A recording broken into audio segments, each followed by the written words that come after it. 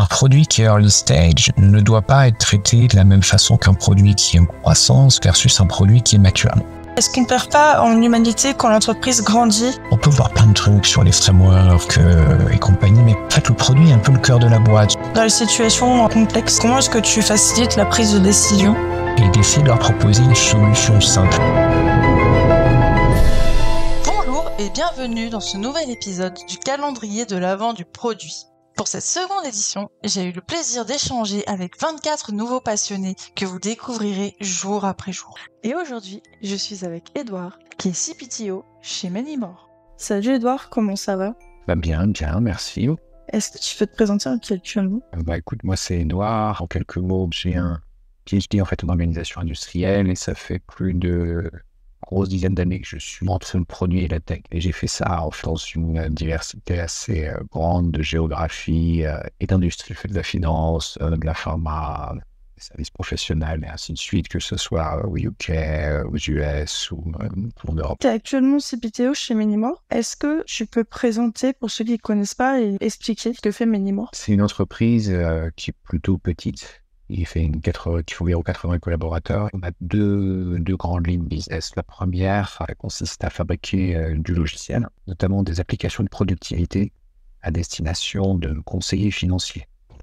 Par exemple, des simulateurs pour les aider à vendre des assurances vie, ce genre de choses avec nos clients. Donc ça, c'est notre bonne business line numéro 1. Et la numéro 2, on a plutôt une activité qui se rapprocherait un petit peu de celle d'une ESN spécialisée, dans la mesure où on sert un certain nombre de grands acteurs de la banque et de l'assurance, et on leur fait tout un tas de parcours associés à de la distribution, un nombre d'activités sur les contrats financiers.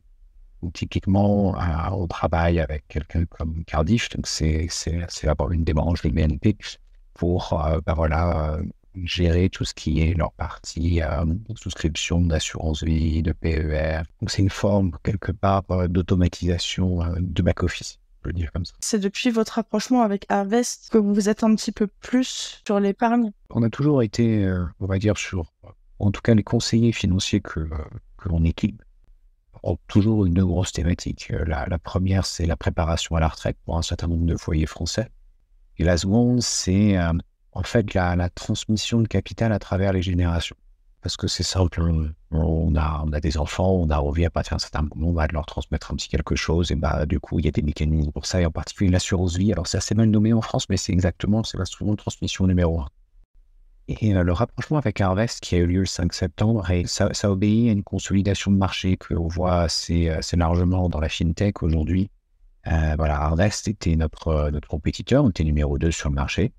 Et ce qui s'est passé, en fait, c'est assez simple, c'est qu'il y a eu un rachat de Manymore par Harvest, et aujourd'hui, en fait, on a nos portefeuilles. Est-ce que vous faites aussi du conseil en fiscalité? Alors oui, on a une partie de la gamme en fait d'applications de productivité. Ce qui se passe, c'est que on a différents blocs.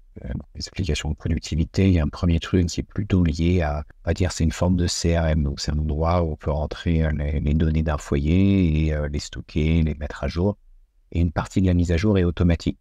Un foyer a des assets financiers. On parlait d'assurance vie, de PER et ce genre de choses, ont besoin d'être mis à jour. Plutôt que de le faire de manière manuelle, en fait, Manymore est connecté à environ son partenaire bancaire et met à jour ces données à une fréquence récurrente, une fréquence qui dépend du partenaire bancaire évidemment. Après, ce qui se passe, donc il y a ça, il y a un deuxième bloc qui est plutôt associé justement à vous rencontrer un foyer en tant que conseiller financier, vous essayez de comprendre quels sont ses besoins et de lui faire des recommandations. En fait, c'est typiquement distribuer un produit. Et les produits ont chacun leurs avantages fiscaux. Et quand on fait une recommandation, on dit vous allez il y a 1 euro et ça va vous générer peut-être 1,05 € sous un an selon votre profil de risque. Et évidemment, il y a un risque associé, donc il y a un faut faire un petit peu attention. Et là-dessus, il y a peut-être en fait 2 centimes supplémentaires que vous gagnerez parce que vous allez faire une économie sur un impôt X, Y ou Z. C'est comme ça que ça fonctionne. Et la plupart des véhicules d'investissement aujourd'hui en France, en tout cas les plus fréquents, ont cette notion de fiscalité qui est inclue. Un outil, un système expert qui fait une espèce de grosse recommandation juridique. En fait, on a essayé d'automatiser le plus possible le conseil à ce niveau-là. Du coup, je vais revenir sur ton rôle. T'es CPTO, c'est un mi-chemin entre le CTO et le CPO. Comment est-ce que ça influence ton quotidien d'avoir à la fois cette casquette de produit et à la fois cette casquette tech? Est-ce que il n'y a pas une des casquettes qui prend le pas sur l'autre? Alors, si, complètement. Et en fait, c'est venu avec la taille de la boîte. Alors, au démarrage, il faut savoir que Many-More est historiquement une entreprise ancienne, donc elle a une quinzaine d'années. Ce qui s'est passé ces 3 dernières années, c'est que Many-More a évolué sous la forme de fusion et d'acquisition. Donc la dernière acquisition en date, c'est Many-More qui s'est fait acquérir par Harvest. Mais avant ça, il y a eu une autre opération qui a été effectuée, qui était la fusion entre Many-More et une autre boîte qui s'appelait PLPsoft. Alors moi, j'ai commencé dans PLPsoft au niveau plutôt produit, en réalité.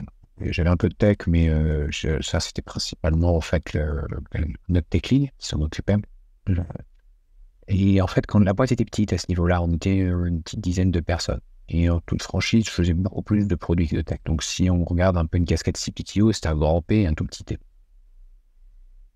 Et ce qui s'est passé, c'est que pour croître, la manière dont on l'avait abordé côté produit, c'est qu'on avait un certain nombre en fait de trucs à fabriquer. Bon bah voilà, on les a fait assez rapidement en réalité sous 6 à 12 mois quand je suis arrivé pour en fait dynamiser le portefeuille et arriver à une milestone qui était 1 million d'ARR.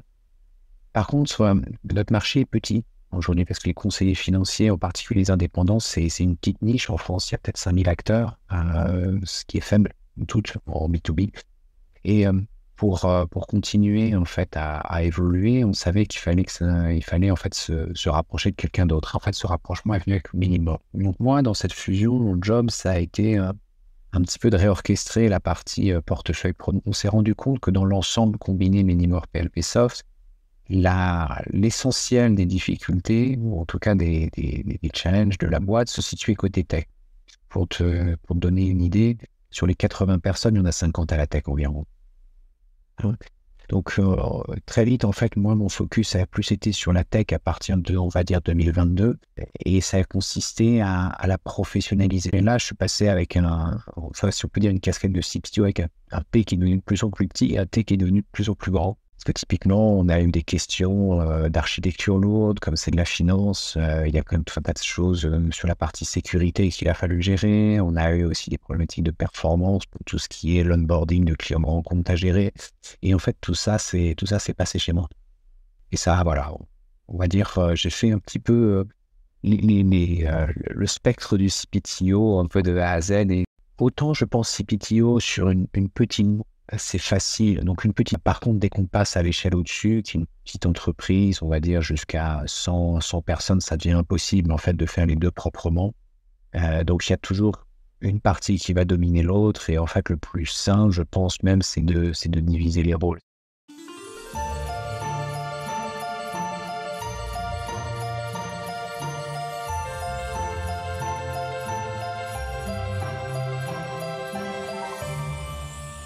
Quand tu as commencé à faire du produit, est-ce qu'il y a quelque chose que tu aurais aimé savoir avant de te lancer?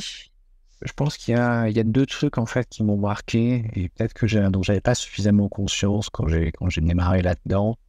La première, c'est que le boulot produit, je le qualifierais de hautement social, dans la mesure où il y a énormément d'interactions transverses avec la partie commerciale, avec la partie tech, avec les clients.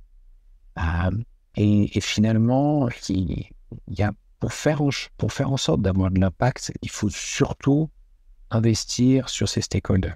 Donc ça, je pense que c'est la première chose qu'il faut bien avoir en tête.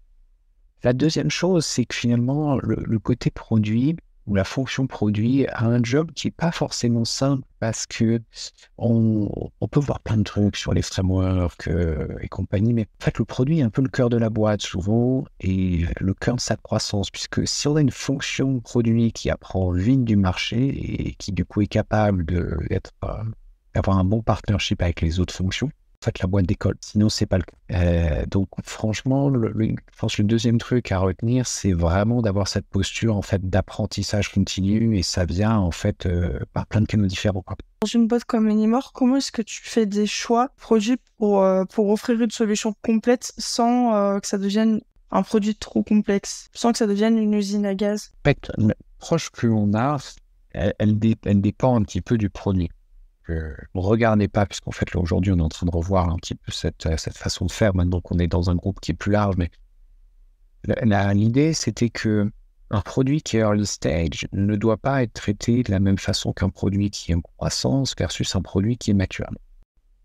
Typiquement, sur les produits matures, on avait plutôt des questions qui étaient, voilà, il y a un certain nombre de choses à maintenir en réalité et peu à construire.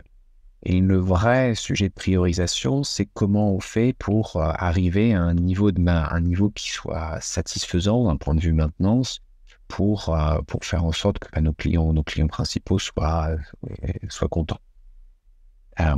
Donc ça, c'est très différent d'un produit, on va dire, early stage, où en fait la grande question, c'est, et on la pose d'ailleurs à nos clients des fois à travers des enquêtes, ou même si on avait un pôle métier expert internalisé dans l'entreprise qu'on utilisait pour ce genre de choses, où on leur dit, voilà, il faut arriver à sortir une espèce d'outil qui est un MVP.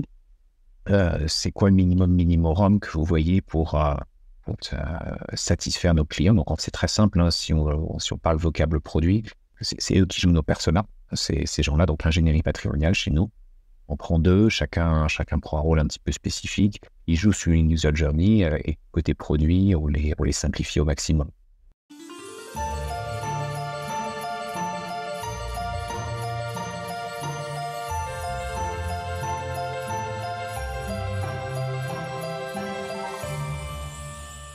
Quel rituel t'as mis en place pour motiver tes équipes? Alors, je pense que je ne sais pas si on peut dire que je motive mes équipes, ça serait peut-être un peu prétentieux. Chaque semaine, on a 1 heure en one-to-one. Ça peut paraître un peu long, mais je pense que c'est extrêmement important pour justement, quand une équipe est large, il faut voir un petit peu quels sont les problèmes des uns et des autres, leurs challenges, les écouter, partager aussi un petit peu les choses que moi je peux voir et qui peuvent influencer. Et des fois, ça se résume à simplement faire un rappel sur la vision et les priorités. La deuxième chose, en fait, en termes de rituel, c'est que tous les trimestres, on a une forme de revue d'OKR et de revue, on va dire, un petit peu d'ambition, croissance personnelle. Alors, j'essaie souvent de marier les deux, de marier les deux dans la même session. Moi, je me sers de ça pour essayer de discuter avec les personnes avec lesquelles je travaille de qu'est-ce qu'ils ont appris en fait à travers ça, ce trimestre, qu'est-ce qui s'ajusterait, et sur leur grand plan de croissance, on va dire, leurs ambitions personnelles, qu'on peut revoir un peu plus formellement chaque année, qu'est-ce qu'ils ajusteraient, de quoi ils auraient besoin ou envie d'un point de vue opportunité, en fait, en termes de projet pour progresser. Est-ce qu'on ne perd pas en humanité quand l'entreprise grandit? Est-ce que tu as plus de difficultés à valoriser individuellement tes équipes ou collectivement quand l'entreprise devient très grande? Alors, c'est normal qu'on voit les choses de manière différente, mais je dirais jusqu'au moment où on arrive sur la branche, sur cette fameuse limite qui est la limite de Dunbar, où il y a une 50aine de personnes, ça reste ce qu'on appelle une entreprise à taille humaine et on connaît tout le monde. Passer à l'échelle au-dessus, qui est l'échelle ETI dans laquelle on est aujourd'hui, alors il est évident qu'on ne verra pas tout, le langage managérial, mais c'est là où justement avoir les bons relais managériaux devient le plus important. C'est-à-dire que ça va être à justement un manager intermédiaire de prendre le temps, prendre soin en fait des équipes qu'il a dans son périmètre. Et le job du manager du dessus, ça va être de faire en sorte qu'il y ait le système pour que ça se passe bien. Dans les situations complexes, par exemple, quand tu as des problèmes avec des clients, comment est-ce que tu facilites la prise de décision? Alors, je ne sais pas s'il y a de façon de faciliter les prises de décision. Et en fait, pour moi, il n'y a pas de solution miracle. Ça commence par déjà essayer d'écouter un peu ce que les gens ont comme problème, parce que s'ils râlent, en règle générale, c'est qu'ils ont une bonne raison de râler. Et d'essayer de leur proposer une solution simple. Ça arrive assez fréquemment que la solution, c'est de dire, écoutez, là, on a des problèmes un peu lourds, il va falloir qu'on s'engage dans une activité de refactoring qui peut prendre un peu de temps, hein, donc on peut parler de plusieurs semaines à plusieurs mois. Donc, ce qu'on va faire ensemble, c'est on va essayer de tout décomposer pour que vous ayez un peu un agenda qui tienne la route, que vous voyez les progrès, et il va falloir qu'on trouve une solution pour tenir le fort ensemble au milieu, hein, parce que, encore une fois, il y a des moments où on ne peut pas faire de miracle. Et c'est assez fréquent quand on achète des bouts de solutions, en particulier dans une croissance par fusion et par acquisition, où on n'est pas maître de ce qui a été fait dans le passé. Il y a même des fois des gros trous dans la documentation, dans la connaissance, on découvre un peu un truc, on n'aurait pas fait exactement la même chose, mais c'est pas grave parce que Le fait d'arriver dans une situation comme ça, en particulier si on travaille bien avec nos clients sur ces sujets-là, ça apporte une confiance avec eux, ça crée des liens, et ça crée des liens aussi au sein de l'équipe. Et ça, je pense que c'est des choses qui ont énormément de valeur. Merci d'avoir écouté cet épisode, j'espère que ça vous a plu. Vous pouvez retrouver un résumé en vous inscrivant à la newsletter sur afternoon.pm. À demain pour un prochain épisode.